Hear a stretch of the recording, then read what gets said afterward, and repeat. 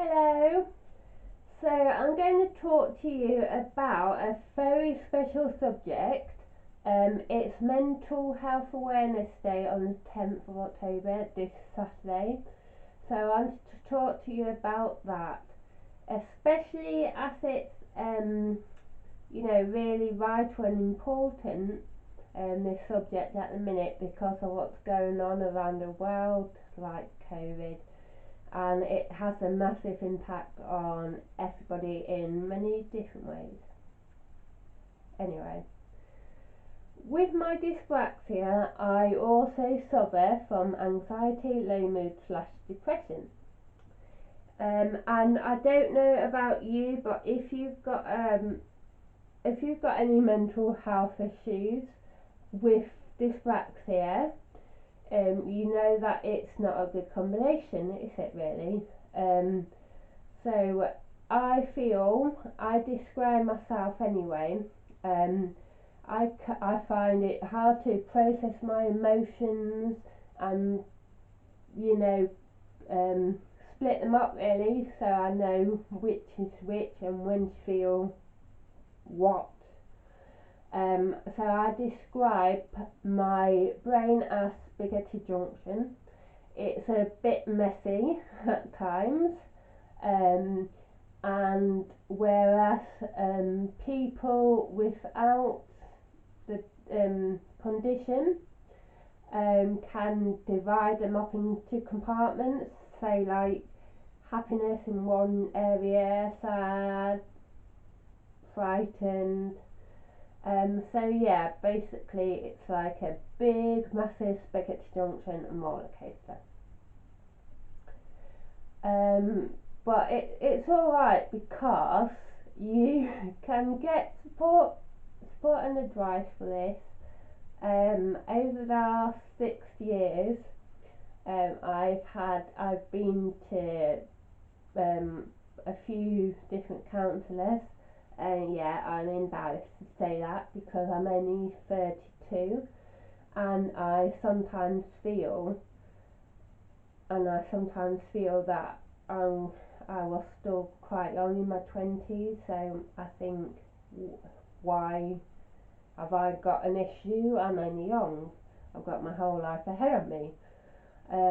But it is getting more and more common in young adults now. Um, so yeah, basically I went to a counsellor for a variety of um, issues really. My first counsellor I went to when I was at uni actually. I did a degree in early years, childhood.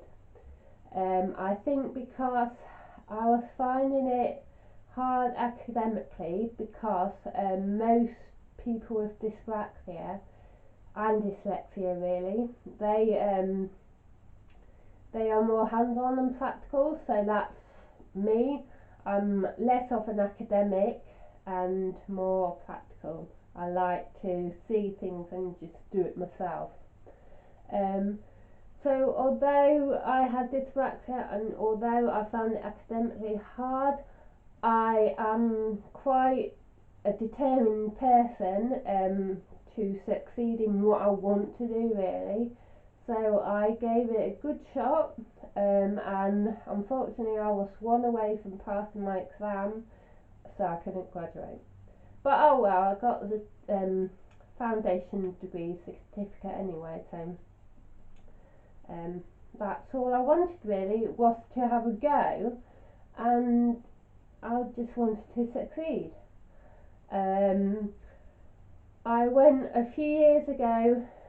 I went on some antidepressant tablets, um, and then I tried some different antidepressant tablets, and a year in November this year, I have been off them. So that's really good. I'm proud of that really, and it's been nearly a year since I saw my counsellor. So I'm doubly amazed at that really. It doesn't feel like a huge proud moment, but for me it's like a big milestone. Um, Same with anything really. Same with if you do something for the first time, you are proud of yourself, aren't you? So yeah, coming off the tablets though, I would I would advise you though, if you want to try and come off the tablets, don't do it yourself. You need the support of your GP and people closest around you, trying to wean yourself off, because if you do it yourself, nobody knows that you're off your meds, and it could just spiral out of control really.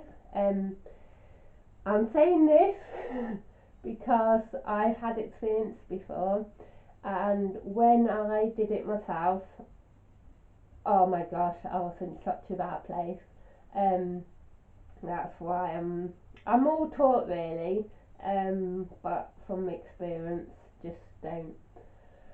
Um, so basically, I just want to let you all know, just don't bottle anything up.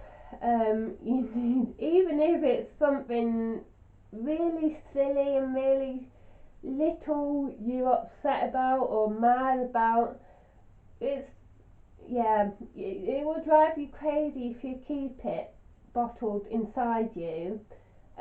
So you just need to talk to someone, let it out, just ring up a friend one day, um, just listen to music, go out on walks if you're feeling down. Even though I've stopped seeing my counsellor and come off my meds, I still get down days, and for example, a few months, like a lot last month, I was really down. Um, so I thought, right, I'm gonna text I'm gonna text my counsellor before it gets any worse, because I wasn't interested in it becoming any worse really. So I text my counsellor, and she still gave me tips and strategies of what I can do. So that was good help. So yeah, even though you are off your medication, you still need support sometimes. It's not going to go away ever. Um, it's going to stay with you, and it's not like when you get a common cold or something. So yeah, I have support around me, my partner, my mum and stepdad, my dad, um, just all my family really. So yeah, I just want to, alliterate so much that you need to, especially in this situation, while this COVID's around, just talk to someone. And I would advise people who have friends or family members who have depression or, I don't know, down, just make sure you're there to listen. Um, I know it's hard for everyone, but if we do this, then there won't be any like casualties, like any suicides. Um, yeah, alright then. I hope that I have been a bit of help. Um, and if you want any more help, comment me or inbox me privately. Um, so yeah, I've got a few subheading subjects I want to talk to you about in videos. I want to talk about driving, getting employed, self-care and awareness. Um, so yeah, any of the subjects that I haven't mentioned, um, just ask me, and then I can hopefully get back to you with the answers in the video. Alright then, thank you.